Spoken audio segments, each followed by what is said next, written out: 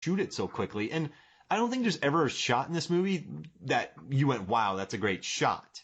But there's no shots where you said that's a bad shot. Does that make sense? I do. It's again, it's like a sort of a B movie, right? It's you know it's going to get done. It does the job. It's serviceable. It's not going to wow you. And the wow factor comes when the unexpected happens. Like again, like cutting off the spider's legs, like that from you is just like a giant wow. Or the kicking the spider with the X Games kick, that was a giant wow. But none of those shots like look particularly good. It's just what's happening on the screen. Yeah, and yeah, those spiders, those jumping spiders. And so I guess they were all those jumping spiders. Oh, so I got a funny bit for you. In the commentary, they were just saying they're not going to do science. And in the beginning, you have the guy who collects all the spiders from around the world and sells them. But he has a tarantula on his back in the beginning, and then he dies. And David Arquette said to Dean Devlin, our tarantulas, they're not poisonous. And eventually they just decided that he was icky to death. I thought that. I was watching, I was like, that's a tarantula. Tarantulas don't have poison. Yeah. And then he just fell over. So I'm glad you mentioned that, because I was very confused. It was icky to death. And originally the name of the movie was Iraq Attack.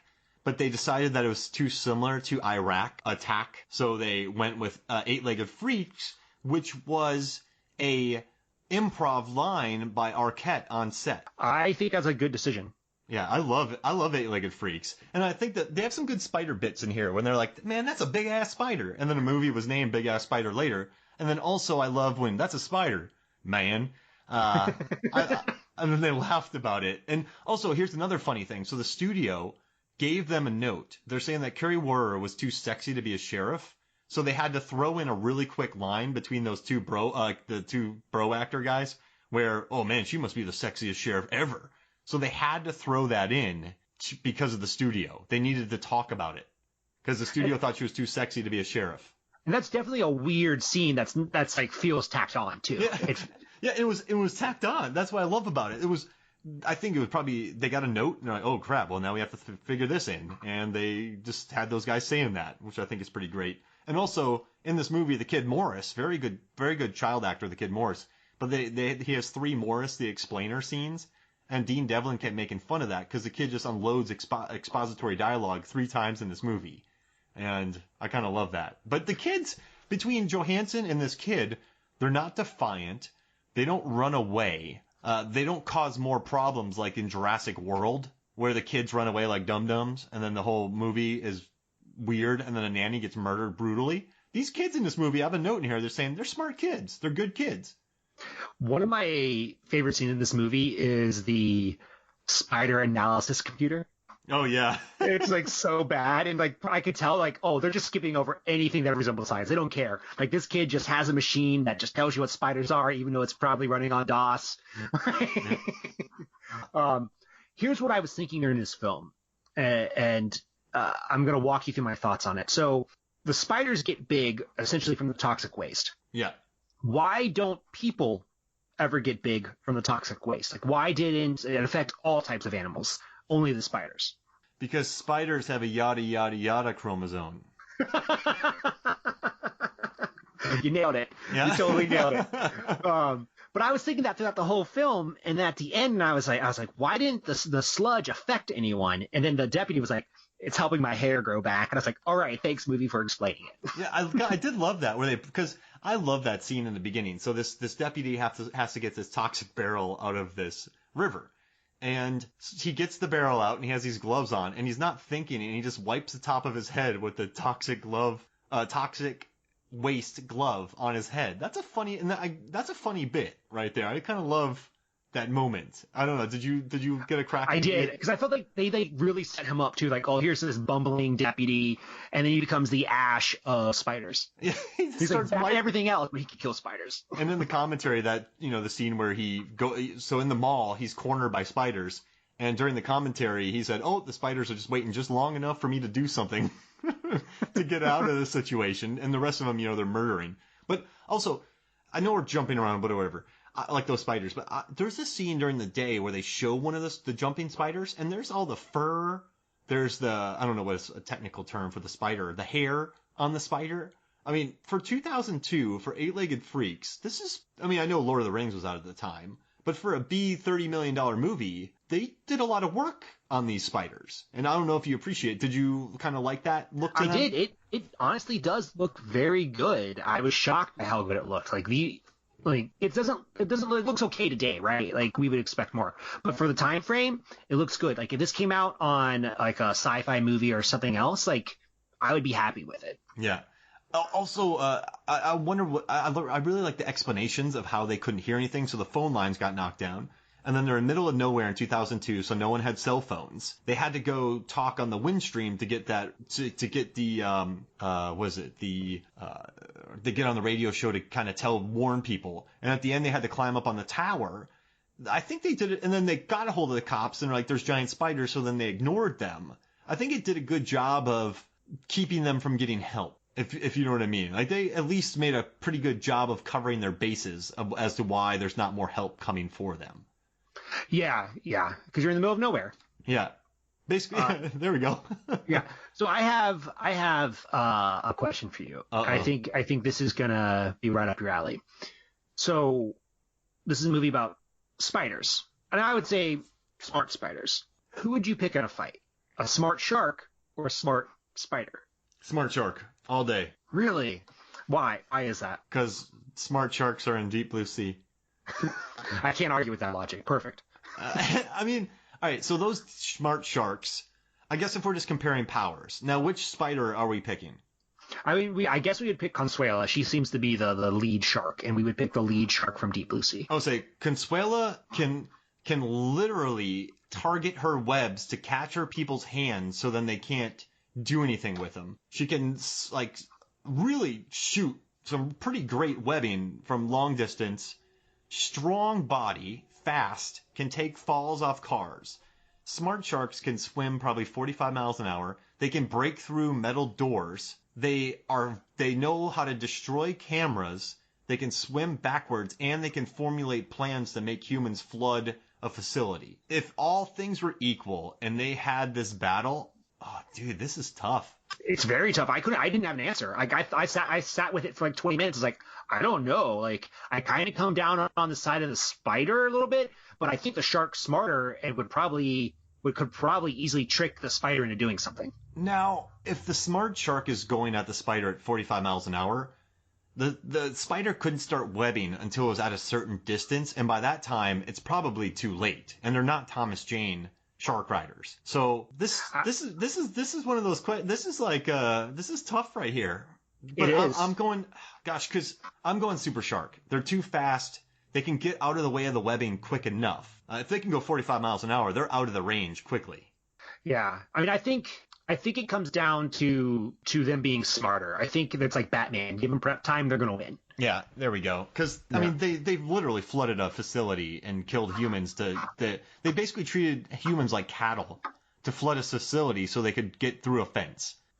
Yeah. And the only thing that killed those two sharks are, one of the sharks was angry at that mom lady. She's like, the shark went after the scientist saying, "You created us, we hate you." So she let her passion get control of her, one of the Makos.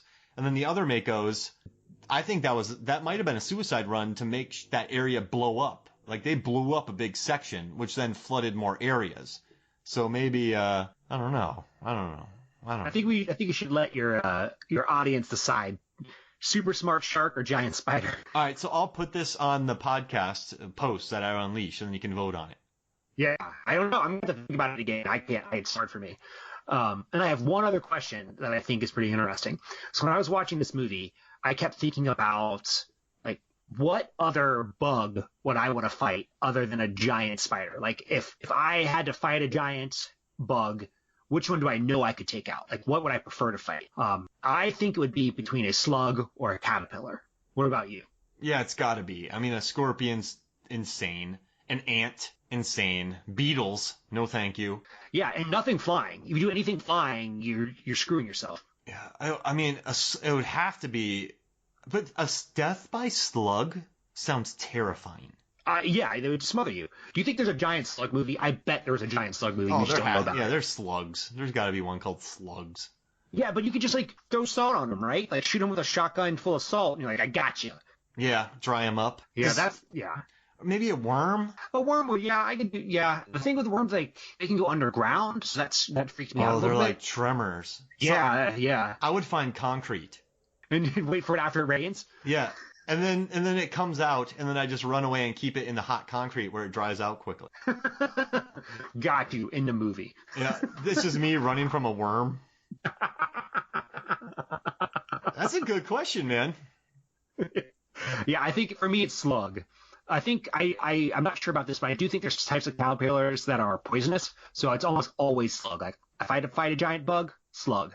I mean, I think so too. I would rather get destroyed by a scorpion or a spider than a slug, though, because that smothering death sounds terrifying.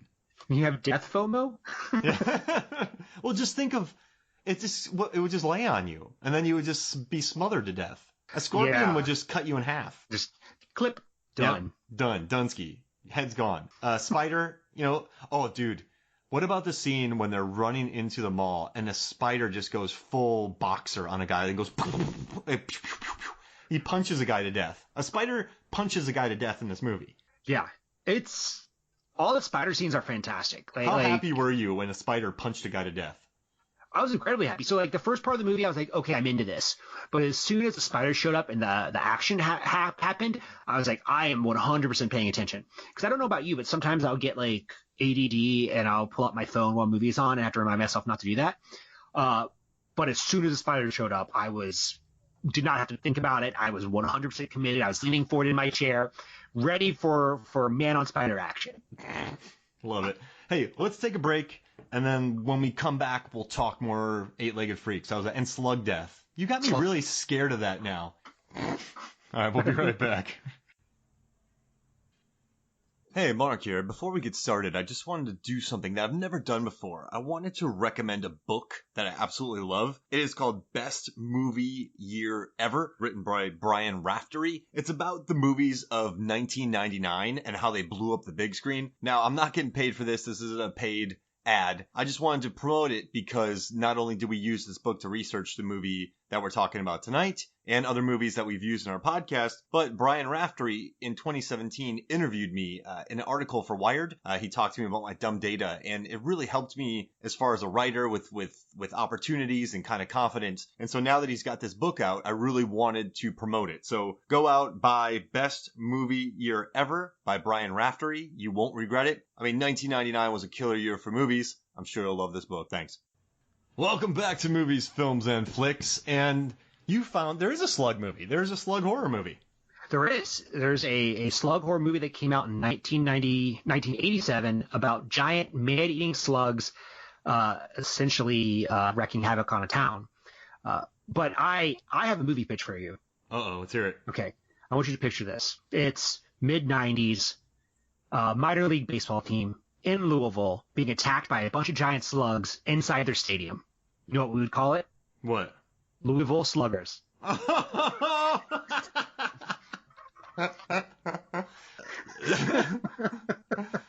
Oh, man. That's a good one. Yeah, I can't wait to start working on that script. Oh, dude, so get this. Someone hits one of the slugs with a baseball bat, and the guy goes, my slugging average just went up. Or you throw salt on him. Don't be salty. Yeah. Strike one. Wait. Well, I'm having a ball. No, brother. I mean, this is a good movie. We've made thousands of dollars. Yeah. Oh, dude. Sci-Fi Channel is paying us really soon. And I'm also I got to know the name of this movie, so I'm looking for this Travolta picture that we were talking about. It's A Love Song for Bobby Long. Is that what that is? Yeah, I've never heard of that movie. Yeah, A Love Song for Bobby Long. It's a Travolta picture. And she was also in In Good Company. I like that movie a lot. The one with Topher Grace. Yeah, I don't remember that one either. He kind of disappeared after Spider-Man 3. Yeah, but this was Topher Grace is funny in the Ocean's 11 movies. I don't know if you remember him that. Yeah, Love Song for Bobby Long. It's a Travolta picture with her in it. Watch the trailer. It'll blow your mind. Okay. But no, so this movie, right? As we're going through, I just thought, I don't know, when do you watch movies like this anymore? You have the basically the most accomplished hero is what? Carrie Werr, she's probably, what do you think, 35, 40 years old. Then you have David Arquette. He's not a jerk. He trusts her to help him. Then you have normal kids.